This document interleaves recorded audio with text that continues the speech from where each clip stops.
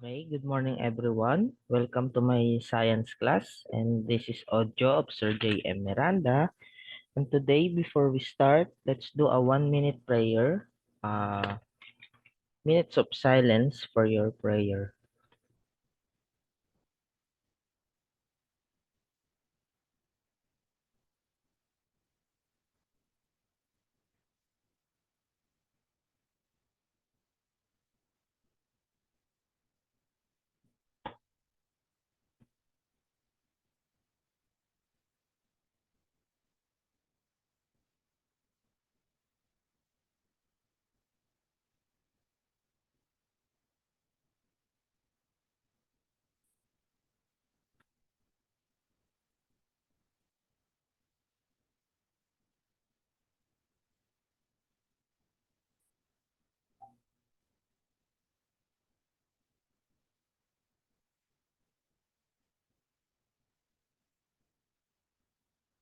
Okay, that is for our prayer. Then next, we have to tell our animal of the day.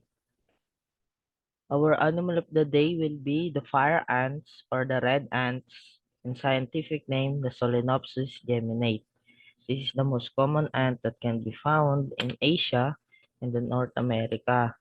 This ant is the type of aggressive ant. So, do not, wag niyong hahawakan to. Malakas mga ganyan. So, they can also create large mounds or punso in Tagalog as their homes for their queen. And surprisingly, for the fun fact, they are surprisingly buoyant or floaty that they can create a boat or raft for themselves for incoming flood. So, nakakagawa daw sila ng bangka tsaka ng balsa na gawa sa sarili nila. Pinagdidikit-dikit nila yung sarili nila para makabuo ng bangka para sa kanilang queen. So, that is for our fun fact for today. Then, so, prepare your notebooks for our lesson. So, first, I want you to observe what is on the image. We can see that there is a direct and the indirect. So tell me, what do you see in the picture? Write in your notebook of what do you see in the picture. You can pause the video so I can and I will proceed to our next slide. Okay, for the next slide we have which part do you think has more heat? Answer this on your notebook. Which is that indirect or direct? Or 2 is near to the light is much hotter than the farther light? Yes or no? And last number, does light have equal distribution on both parts? Yes or no? So, you can pause the video to look at the questions and then I will proceed for the next slide. Okay, so the lesson for today will be the position of the sun and the energy that received by earth. So first we have, let's write, first we have the direct and the low angle incoming sunlight. So the direct one, when the sun's rays is direct to the earth, the heat is intense. Yeah, you can see that it's intense on that area. But as the area increase of the sun rays, pag ganun, pakalat, the intensity of the heat decrease. So that's how it works, okay? The sun rays. So in paper, let's say, let's proceed to our next slide to el- further discuss about the sun's rays. Okay, so there are two types of rays. Let me draw. Masyado malaki.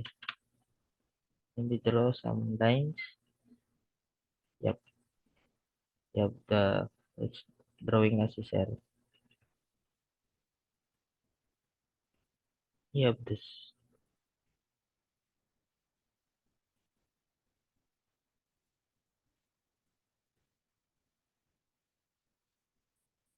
Yep, we have two lines here, two arrows or two lines. We have the some straight lines and like uh slanted line. So for the straight lines, this is called as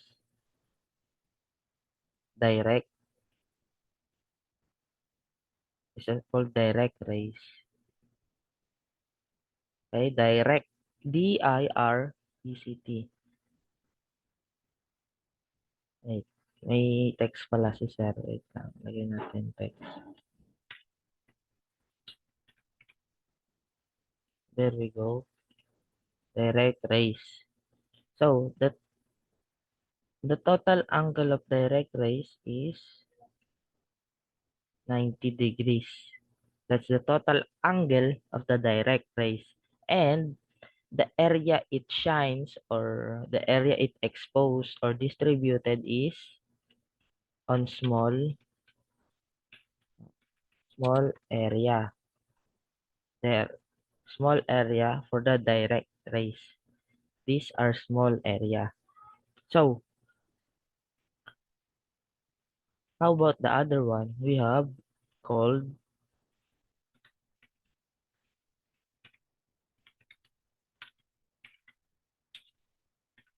we have the oblique or indirect rays, which has an angle that is lower than 90. Lower than 90. Lower than 90, yeah. It's lower than 90. Palitan natin. Ano ba yung lower? Ganyan. Lower than 90. So, what area does it receive sunlight? The area that oblique or indirect rays receive is wide. It's on wide area. So, that's again, the direct rays, the total angle is 90 degrees and the sun rays is bound to a small area, small or narrow. And the oblique rays is a lower angle, lower than 90 degrees, is on wide area. Direct rays receive more heat, okay? Receives more heat, and the wide area receives less heat because it's being equally distributed. But this one, it's not. Okay, so let's proceed.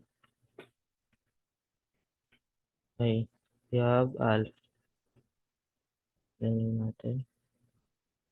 So we have a world map here. Okay, you can see that this line near at the equator, this line that near the equator, this is where the direct rays is being hit near at equator. Okay, the direct rays is being hit at near at equator and the tropic lines. So we can see that the Philippines is on the equator, near at equator and the tropic. So they are called ano pa,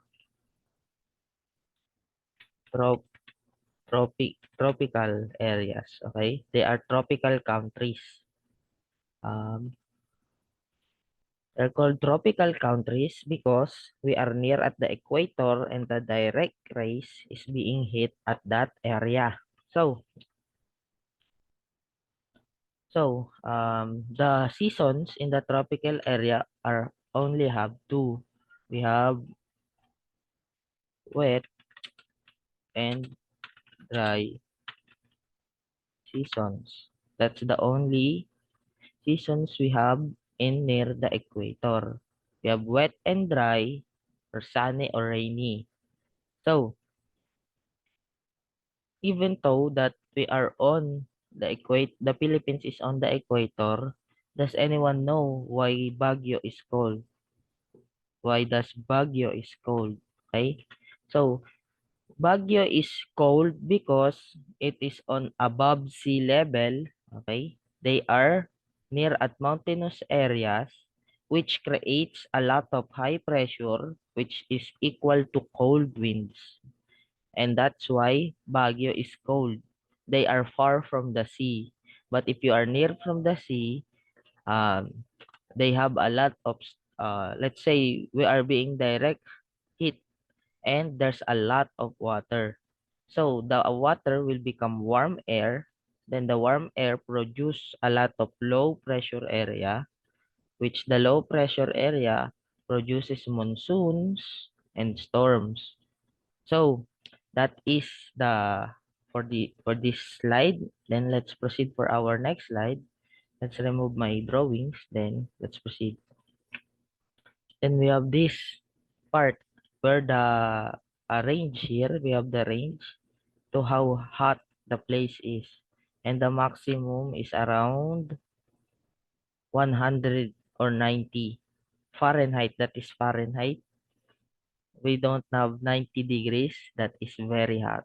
So for this, we can see that there is blue ones in this area and very hot ones. Let's change. And very hot in this area near at equator, which means there's a lot of heat being received. All right, there's a lot of heat being received at near at equator. At this part, there are a lot of heat being received, and this part has less heat being received because it's color blue, which means they are cold, and the one on the middle is really hot. So, like you can see, it's been like half one, two, three, four. They are half on four zones, but actually there are only three zones. So we will go to our zones. So we have first we have the torrid zone. Okay, the torrid zone is where the sun reach the max heat and also the direct sun rays. Dito tumatama lahat ng sun rays at the torrid zone. Okay. Then next, we have the temperate zone. The temperate zone, um, wait lang ako ng kulay. We have the temperate zone.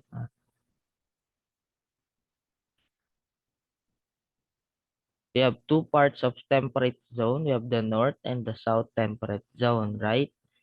So, for the temperate zone, this one has an equal heat or direct, it's also indirect rays, but as an equal heat being received. Okay? So, equal heat, which means that this temperate zone will contain four seasons. Okay? They have four seasons. Okay, they have four seasons. What was the four season again? We have the summer, we have the spring, summer, fall, and winter. That is the temperate zone.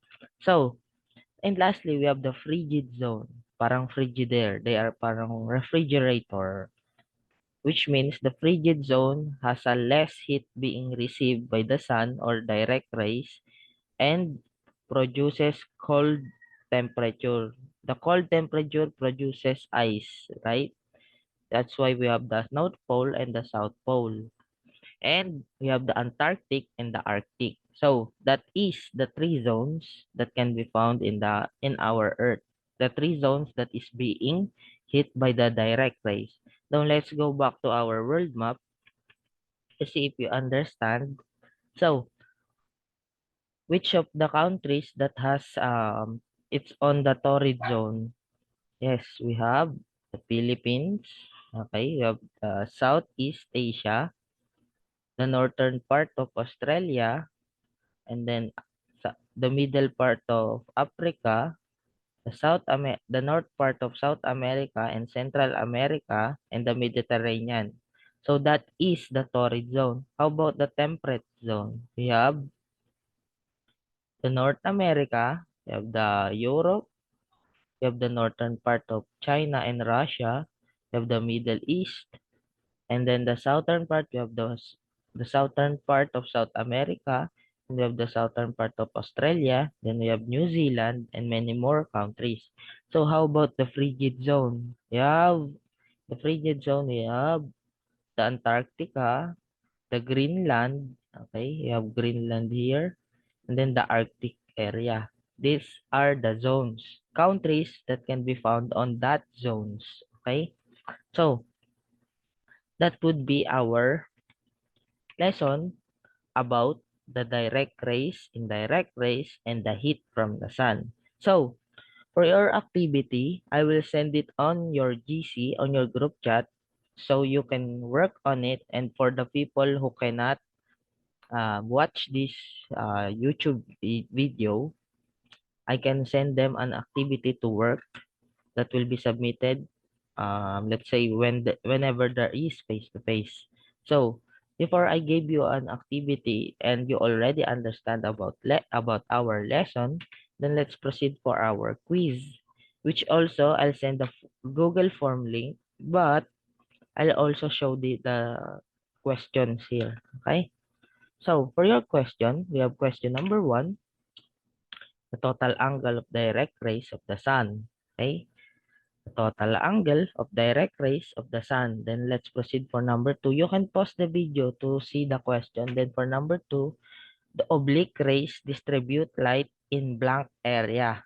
Okay? So, the oblique rays distribute light in blank area. Then let's proceed for number 3. The North Pole is at what zone? Again, the North Pole is at what zone? Then for last two numbers, number 4, which ray of sunlight hits the Philippines? Again, which ray of sunlight hits the Philippines? For number 5, we have the temperate zone contains how many seasons? The temperate zone contains how many seasons? So,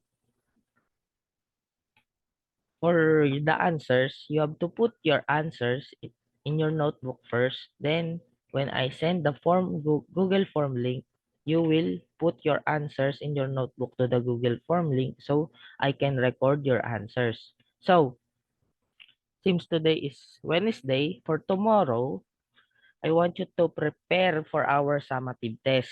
The coverage will be through the monsoons and ITCC until this part, the direct rays and the direct rays and energy received from the sun. So again, this is welcome to our class and thank you for listening for my lesson. Again, this is Audio of Sir J. M. Miranda and I hope you have a good day and thank you.